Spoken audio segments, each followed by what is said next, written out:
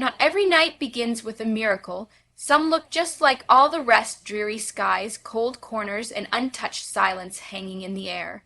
But sometimes an ordinary night disguises something unexpected, something haunting and yet unforgettable. It was a little after the horizon had swallowed the last of the daylight when Daniel Carter heard the knock. He stood at the kitchen sink, the soft hum of the old microwave gently ticking down behind him. The windows moaned under the assault of the wind, and outside the storm raged, snow falling in harsh, swirling bursts beneath the flickering orange of streetlights. The storm wrapped around everything like a warning. Daniel had never been fond of winter. It wasn't just the temperature. The cold had a way of entering his bones and refusing to leave, no matter how many layers he wore. It reminded him of how still, how empty his house felt now. Decades before, this place had been filled with noise, laughter, radio static, conversations over dinner. Now it was just his voice when he spoke at all. The nights passed like ghosts, gently brushing past his shoulder before slipping away unnoticed. He rubbed a hand against the stubble on his jaw and stared at the microwave display. Almost done, then came the knock. 3 quick taps, not rushed but deliberate, not casual but not forceful, like someone asking for something they weren't sure they deserved. Daniel paused. People didn't knock at this hour, not in this part of the city, not during weather like this. Neighbors kept to themselves, strangers went elsewhere. He considered ignoring it. That would be easier. Safe, but there was something in that sound that unsettled him, a hollowness wrapped in urgency, like a voice too hoarse to call out for help. Sighing, he grabbed the towel, dried his hands, and made his way to the door. His fingers hesitated briefly on the handle. Then, with a quiet exhale, he pulled it open, and the moment he did, time seemed to pause. Snow had piled up high along his steps, and in the middle of it, just below eye level, was a small, shivering bundle. A soft, cocoon-shaped blanket lay nestled against the drift. Something inside it moved. A moment later, tiny golden eyes opened and locked on his, their glow like fire behind frosted glass. A sound escaped the bundle, not louder than the wind, but it hit him square in the chest, a baby, but not a human one. Daniel went still, completely unsure of what he was seeing. The infant's skin was a dusky blue-gray, almost metallic when the porch light caught it. Small hands peeked out from the blanket, fingers tipped with delicate claw-like nails. And faint lines of light pulsed softly beneath the surface, barely visible, like glowing threads just beneath fragile glass. Alien, his eyes rose instinctively beyond the child. That's when he saw her. Half concealed in the blowing snow and shadows beyond the porch stood a woman taller than him, even with her back hunched from exhaustion. Her face, framed by long, wet, black hair, held more weight than simply the cold. There was desperation in her eyes. And something worse than fear. She didn't speak. She couldn't. Daniel immediately knew what she was.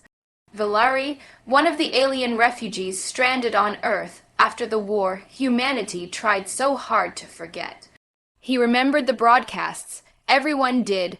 Once noble, once powerful. Now reduced to survivors treated as ghosts, as burdens.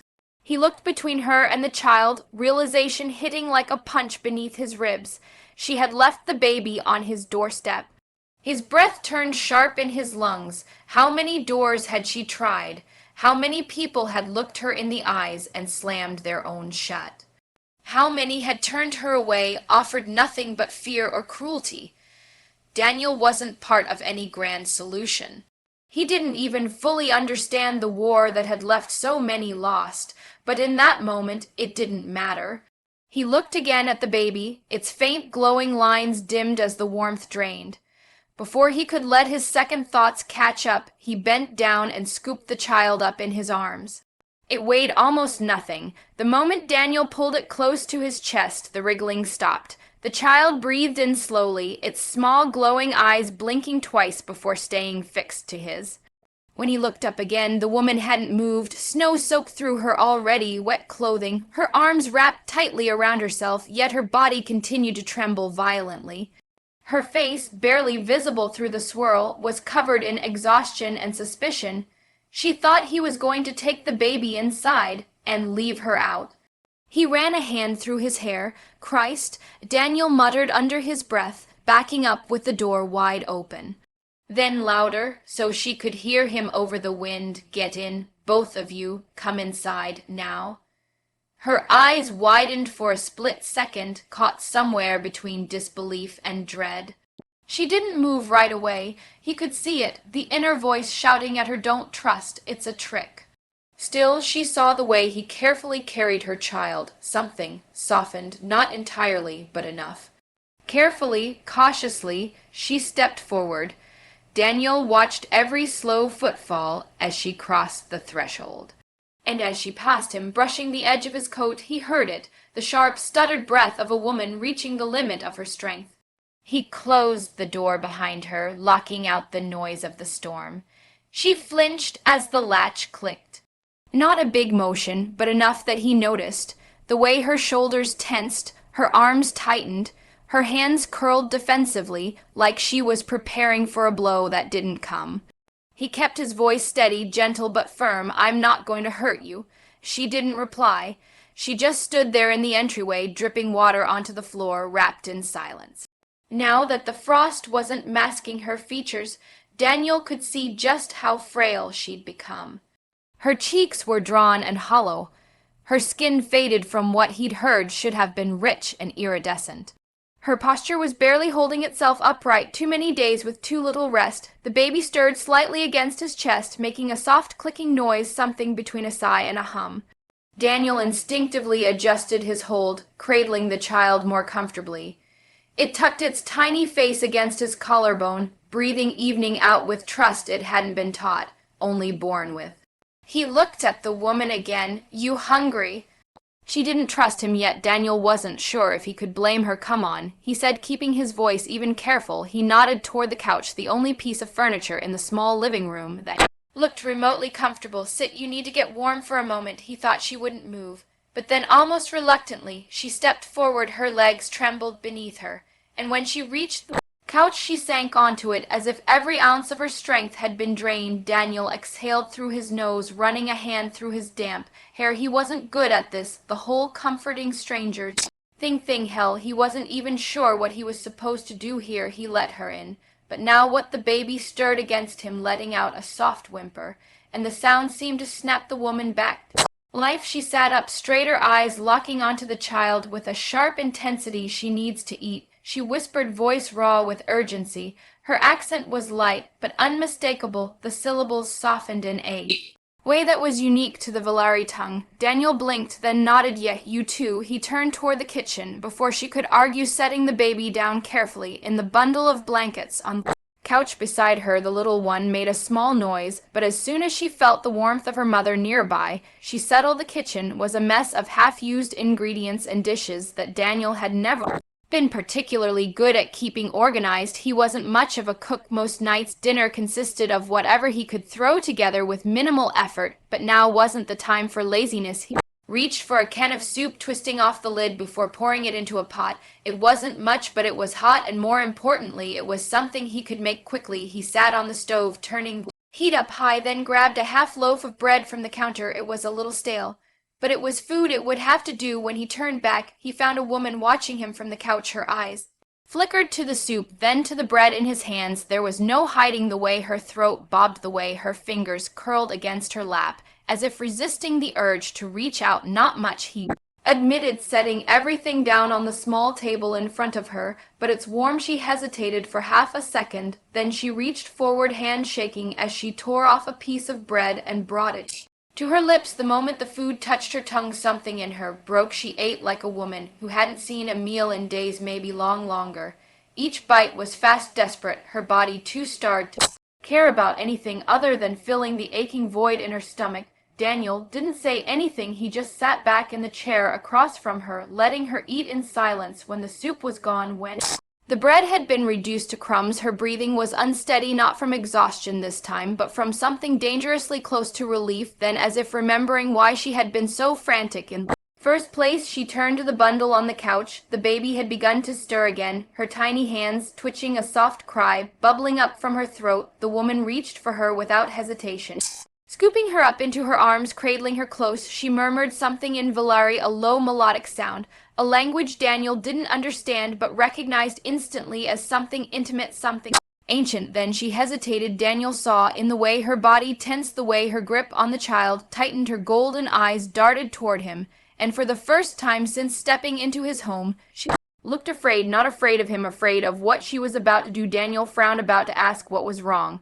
But then he saw the way she shifted, the way she adjusted her hold on the child, and then he understood. She was going to feed her, of course. It should have been obvious. But the moment realization set in, so did her discomfort. He could see it in the way her shoulders hunched, the way she turned slightly as if trying to shield herself. Her kind were different, more reserved. He had read somewhere back when the war was still fresh, back when humanity was still trying to understand Valari, that they treated certain acts with more delicacy, more reverence. This wasn't just nourishment, it was something sacred. And now she was in a stranger's home with no privacy, no dignity left to protect. Daniel shifted uncomfortably, rubbing a hand over his jaw. He cleared his throat. I can give you a minute if you want. The woman inhaled sharply. She hesitated, then gave a quick, barely perceptible nod. Daniel stood, making his way toward the hallway. He stopped just before rounding the corner and glanced back. She was already turning away, curling in on herself, the baby nestled securely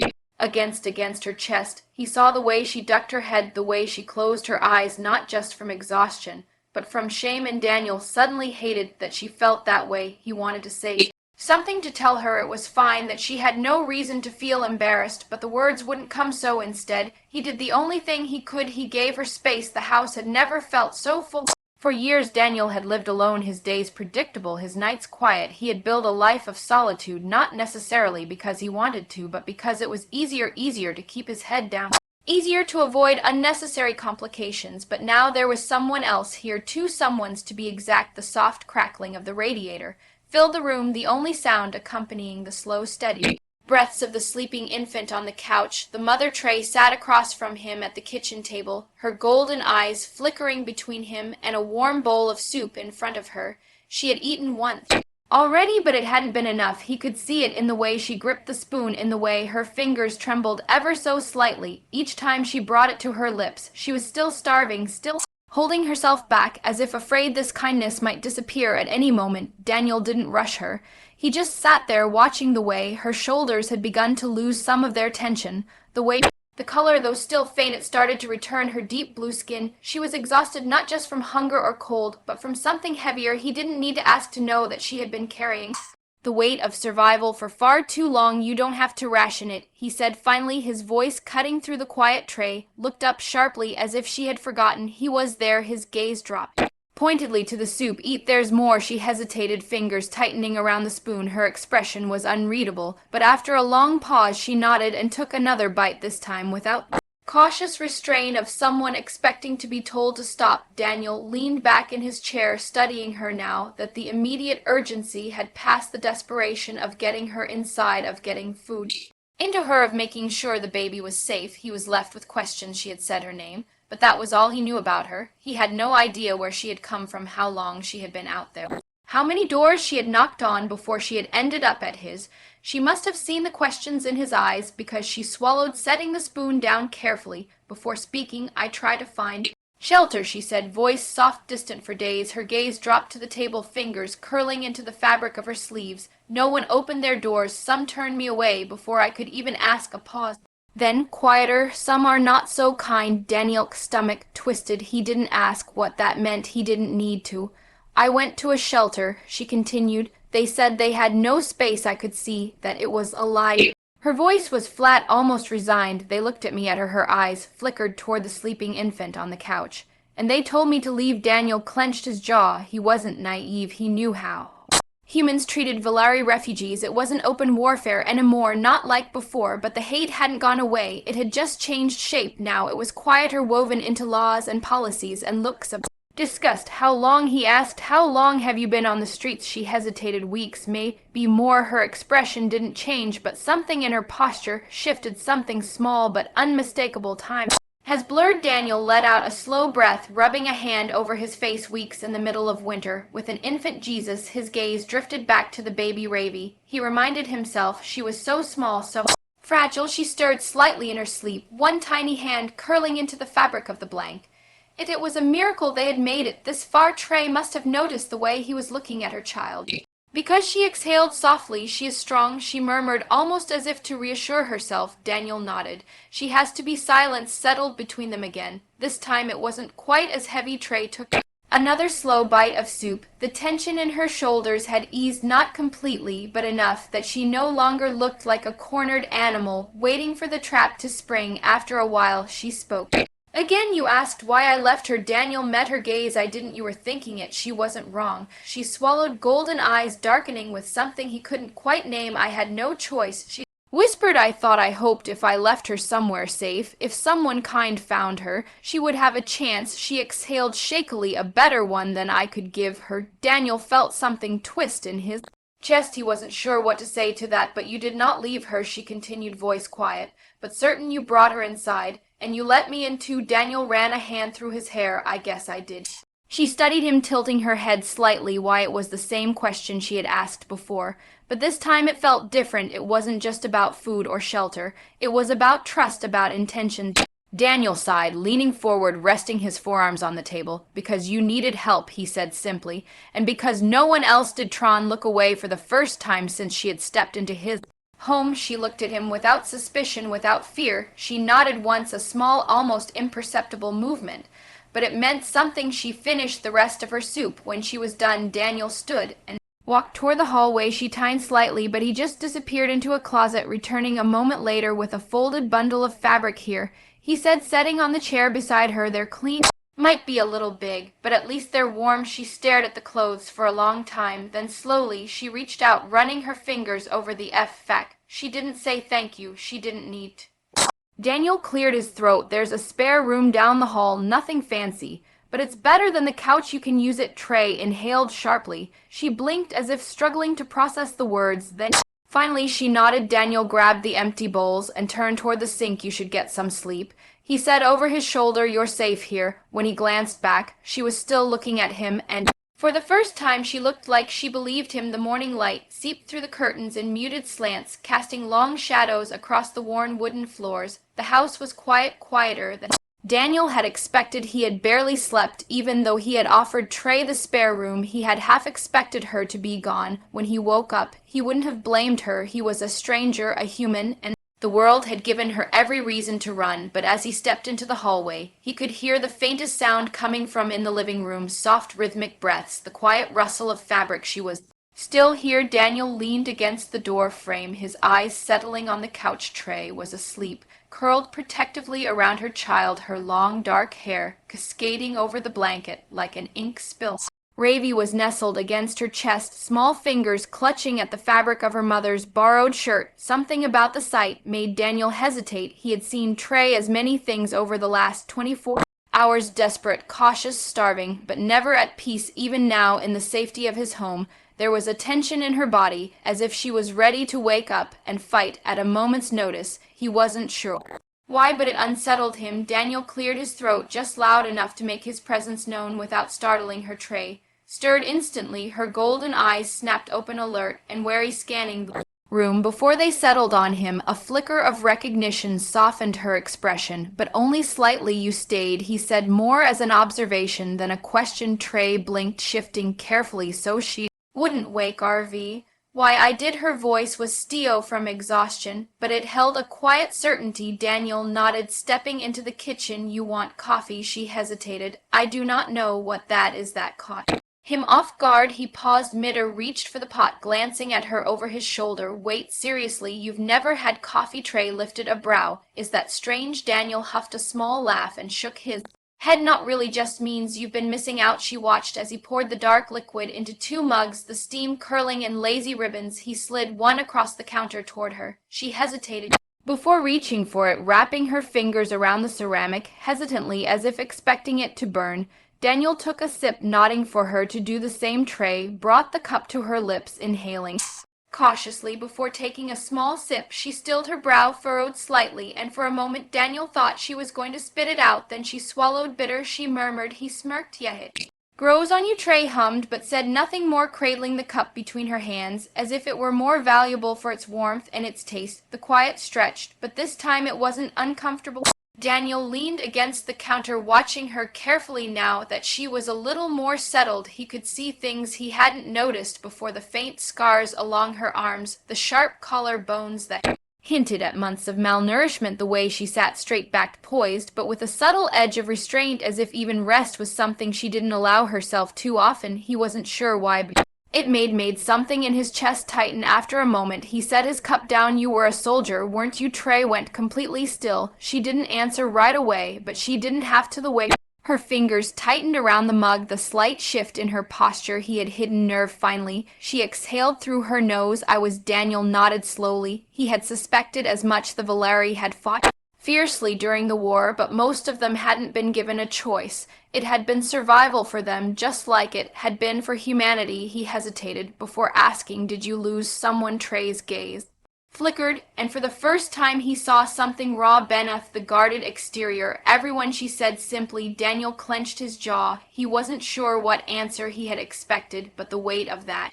single word settled between him like a stone. He had known the war had been brutal. He had seen the aftermath in news reports, in the IM of destroyed cities and mass graves on planets that no longer had names, but knowing something and hearing it, feeling the grief in the way someone spoke, were two different things. "I'm sorry," he said quietly. Trey inhaled as if about to respond, but before she could, Ravi stirred against her chest, letting out a soft whimper. Immediately, Tree's entire focus shifted. Her expression softened, her hand and instinctively moving to stroke the baby's back in slow, soothing circles. Daniel watched as the child calmed, pressing herself closer to her mother's warmth. Trey exhaled, her shoulders relaxing just slightly. Then, to his surprise, she looked back up at him. "You lost people," she said. It wasn't a question. Daniel hesitated, but then he nodded. "Yeah, there were things he didn't talk about, names he didn't say aloud, but even if he had, he wasn't sure Trey would have recognized them. They had been enemies once. Now there were just two people sitting at a kitchen table, haunted by the same ghosts." Trey studied him for a moment longer before she did something that caught him completely off guard. She reached across the table. It was a small movement, hesitant but unmistakable. Her fingertips barely brushed against the back of his hand, a fleeting contact, one she could have easily retracted if she had changed her mind, but she didn't. Daniel didn't move. He didn't pull away. He just let her touch linger, barely there, but significant in a way he couldn't quite explain. Valeri didn't touch humans, not unless they had to, which meant this moment, this choice was something more. Trey withdrew her hand as quickly as she had offered it, wrapping her fingers around her mug. One more, but the air between them had changed. The walls weren't entirely gone, but they had cracked, and for the first time Daniel wondered if maybe, just maybe, he wasn't just helping her. Maybe she was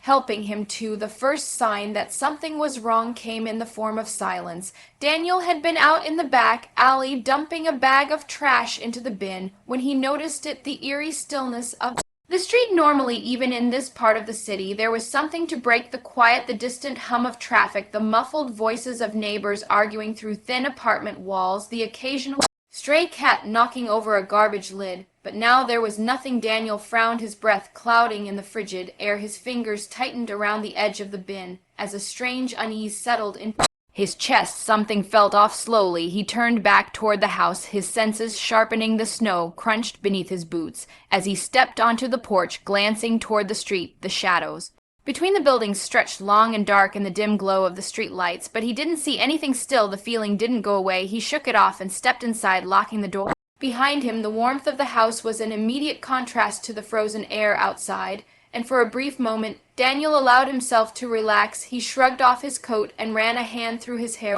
listening to the faint sounds coming from the living room. True's quiet voice speaking in soft Valeri syllables to Raby, the baby CD, in response, and something in Daniel's chest tightened at the sound. They had been here for nearly a week now. In that short time, his house had transformed from a quiet, empty space to something almost resembling a home. It was a dangerous thought, one that he knew better then to indulge in, but then Trey would do something small, fold the blanket neatly after using it, hum an unfamiliar melody while rocking Ravi to sleep, and Daniel would find himself wondering how he had ever lived in such silence before he stepped into the living room. Leaning against the doorway, Trey sat cross-legged on the floor, cradling Ravi in her arms. The baby blinked up at her tiny fingers, reaching for the strands of dark hair that fell over her mother's shoulder. Tree's golden eyes softened as she gently brushed a hand over Rye's forehead, whispering something in her native tongue. It was a small, intimate moment, one Daniel knew he had no right to intrude upon. Still, when Trey lifted her gaze and met his, she didn't look annoyed to see him there. If anything, there was something almost calm about her expression. "You're back," she murmured. Daniel smirked. "Didn't go far." She nodded, adjusting Rye's blank. It's quieter than usual outside." Daniel's smirk faded slightly. He hadn't said anything about it, but she had noticed it too, that same unnatural stillness. "Yeah," he said. I noticed." Trey studied him for a moment, then looked down at Ravi. The baby had already begun to drift off again, her small breaths even and warm against her mother's chest. Daniel hesitated before pushing off the doorway and stepping into the room. "You should get some rest too," he said. "You haven't been sleeping much." Trey exhaled slowly. "I don't sleep deeply," she admitted. "Not anymore." Daniel didn't press. He had seen the way she startled awake at the slightest noise, how she instinctively positioned herself between Ravi and the door. Even in sleep, she had spent too long living in fear. He wasn't sure she even knew how to rest anymore. But before he could say anything else, there was a knock at the door. The sound was sharp, precise. Daniel's body went rigid across from him. Trey stiffened, her entire posture shifting from exhaustion to alertness. In an instant, Ravi stirred against her, but Trey held her close, her golden eyes snapping toward the front of the house. Daniel moved first, stepping toward the door as casually as he could, though every muscle in his body was tense. He peered through the peephole. Figures stood outside. Men. They weren't wearing uniforms, but that didn't mean anything. Their posture, the way they stood with their hands just barely out of sight, told him everything he needed to know. This wasn't a friendly visit. Daniel glanced back toward the living room. "Take Ravi and go to the back room," he said quietly. Trey's grip on the baby tightened. "Who is it?" "Don't know, but I don't want to take chances." She hesitated for only a second before nodding. She rose smoothly, cradling Ravi against her, and disappeared down the hall without another word. Only when he heard the quiet click of a door closing did Daniel turn back to the entrance. He unlocked the door and opened it just enough to step halfway into the frame, blocking the view inside. "Can I help you?" he asked, voice even. The man closest to him had short crop hair and a hard, weathered face. His companion was younger, thinner, but something about him felt twitchy, like he was waiting for an excuse to act. "You Carter, the older one?" asked Daniel. Didn't answer right away. Instead, he crossed his arms and leaned against the door frame. "Who's asking?" The younger man glanced toward the window. "You got a guest staying with you." Daniel felt his jaw tighten. "What?" The older man exhaled through his nose. "Look, I'll keep this simple. We know a Valari woman's been seen in this neighborhood. A woman with a baby. Now, we're not saying you have her, but if you did, it be in your best interest to tell us." Daniel's pulse pounded in his ears. There was no good way to answer this. He knew exactly what happened to Valari refugees when they were caught. Best case, they were deported, dumped on some overcrowded station where disease and starvation did the rest. Worst case, they were never seen again. He forced himself to give a dry chuckle. Of Valari in this neighborhood, you think one of them would last 5 minutes around here?" The younger man smirked. "You'd be surprised what people are willing to risk." Daniel shrugged. "Haven't seen anything now unless you got a warrant. I'd appreciate it if you got off my porch." The older man narrowed his eyes, but after a beat he nodded once. "If you see anything," he said, voice laced with warning, "you let us know." Daniel didn't answer. He just watched as they turned and walked back down the street. Only when they were out of sight did he let out a slow, steady breath. Then he locked the door and turned back toward the hallway. Trey was already there, standing in the shadows. He hadn't even heard her move. "They will come back," she murmured. Daniel met her gaze. "I know," she swallowed. "If they find me, they will take Ravi." His fists clenched. He knew that silence stretched between them. Then finally Daniel exhaled. "They won't find you," he said. "I won't let them." Trey's eyes widened slightly. Something flickered in her expression, something Daniel couldn't quite name, but whatever it was, she believed him. And for now that was enough. Daniel didn't sleep that night after the man left. He had checked the locks twice, then positioned himself in the living room close enough to hear if anyone came near the house. He had done his best to reassure Trey, but the truth was he wasn't sure what would happen next. They had been Lucky this time the two men hadn't pushed harder, hadn't forced their way inside, but Daniel knew that luck wouldn't hold out forever. They would come back, and when they did, they wouldn't be asking questions. Trey hadn't slept much either. She had stayed in the back room with Ravi keeping. The baby closed, her body rigid with tension. He had seen the way she held Ravi tighter than usual, as if she expected someone to rip her child from her arms at any second. By morning, a decision had been made. We need to leave, Trey said. Daniel had expected it, but hearing the words still sent a sharp, unwanted pang through his chest. He exhaled, running a hand through his hair where Trey hesitated. She looked down at RVY, who was still asleep, her small fingers curled around a fold of her mother's shirt. I do not know, she admitted, but we cannot stay. Daniel leaned back against the counter, crossing his arms. They'll be watching the roads, he said. The transport hubs, too. She nodded. There are places. Valerie, go. Safe places. If I can get to one of them, I will find help. Daniel studied her, his jaw tightening. And what happens if you don't try? Didn't answer. That was the part she hadn't figured out yet. He rubbed the back of his neck. If we run, we need a plan. You can't just disappear into the city and hope for the best. Trey shifted, adjusting Ravi in her arms. I did not expect you to come with us. Daniel froze. The way she said it, come matter of fact, made his stomach twist in a way he hadn't expected. She had already accepted that he wouldn't follow, that this was where their paths split. It shouldn't have bothered him. He had known from the moment he let her in that this wasn't permanent, that one day she and Ravi would leave and things would go back to how they were before, quiet, simple. But now thought of that silence felt wrong. Daniel exhaled through his nose. I didn't say I wouldn't go. Trez head snapped up, her golden eyes widening slightly. Daniel, I'm not letting you do this alone. His voice was firm, leaving no room for argument. You don't know the city like I do. You don't know who to avoid, which streets are watched. You need someone who does. Her lips parted as if she wanted to argue, but she didn't. Instead, she just looked at him, really looked at him. Daniel wasn't sure what she was searching for, but after a long moment she let out a quiet breath. All right. It wasn't gratitude, it wasn't relief, it was something heavier, something unspoken. She had spent so long surviving alone that accepting help wasn't easy, but this time she wouldn't fight it. They didn't have much time. Daniel grabbed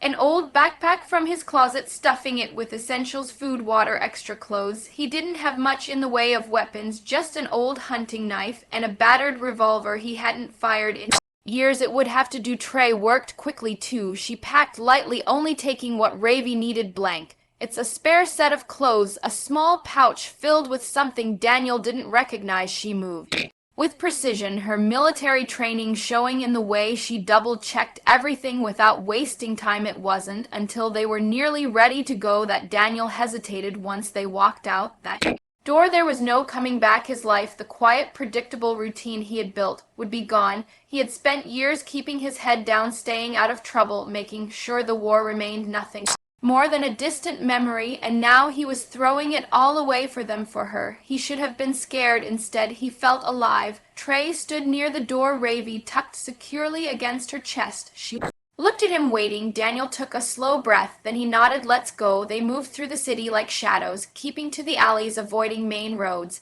Daniel led the way, guiding them through the back streets he knew best, watching for patrols, for anyone who looked twice in their direction. Trey stayed close, her grip firm around Ravi, her golden eyes scanning every corner. They didn't speak much. There's no need to. Hours passed by. Nightfall. They reached the outskirts of the city. Trey paused, glancing back the way they came. The skyline stretched behind them, its lights flickering against the dark sky. This had been her prison for so long now. She was finally leaving it behind. Daniel studied her. Where to now? She hesitated. Then she met his gaze. There's a ship, she said. Transport it. Leave for the outer colonies in 2 days. If we can reach it, we'll reach it, Daniel said. Trey blinked, then nodded. They started walking again. The road ahead was uncertain. They had no guarantees, no safety net. But for the first time they weren't running alone. They were running together. 2 days later, under the cover of night, a small cargo ship lifted off from a hidden launch site deep in the frozen countryside. Inside, a human man sat beside a Valari woman. A sleeping child nestled between them. For the first time in a long time, neither of them had to look over their shoulder. They had escaped. Twin suns of Vera 3 row over rolling green hills, casting a golden glow across the small settlement that stretched along the river's edge. The planet was nothing like the frozen city they had left behind here. The air was warm, the sky a soft violet heat, and the scent of wildflowers drifted lazily on a breeze. It had been nearly 6 months since they arrived, and for the first time in years they weren't running anymore. Daniel stood at the edge of a small wooden deck, staring out at the landscape that was slowly becoming home. This settlement was a mix of humans and Valari refugees, traders, settlers looking for a fresh start. There were no patrols, no weary glances in the streets, no doors slammed in tray as face here. No one cared where you came from, only where you were going behind him. The sound of quiet laughter reached his ears. He turned, leaning against the railing, watching his tray, and Ravi sat on a blanket spread across the grass. Ravi had grown stronger since they arrived. She was no longer the frail, quiet infant Daniel had first held in his arms that night in the snow. Now she was full of life, crawling, babbling, reaching for everything with her small hands. Tray sat cross-legged beside her, golden eyes soft with warmth as she let Ravi tug at a strand of her long dark hair. The baby squealed happily, shaking her tiny fists, and Tray laughed, a real unguarded laugh that Daniel still wasn't used to hearing. She was different here, lighter. She no longer carried the weight of survival on her shoulders, no longer flinched at every unfamiliar sound. The sharpness in her gaze had softened into something gentler, something hopeful. Daniel smiled to himself before pushing off the railing and making his way over. The moment Ravi saw him, her golden eyes lit up, and she let out an excited chirp, a Valari sound that Daniel had learned meant happiness. She reached for him instantly, small fingers grasping at the air.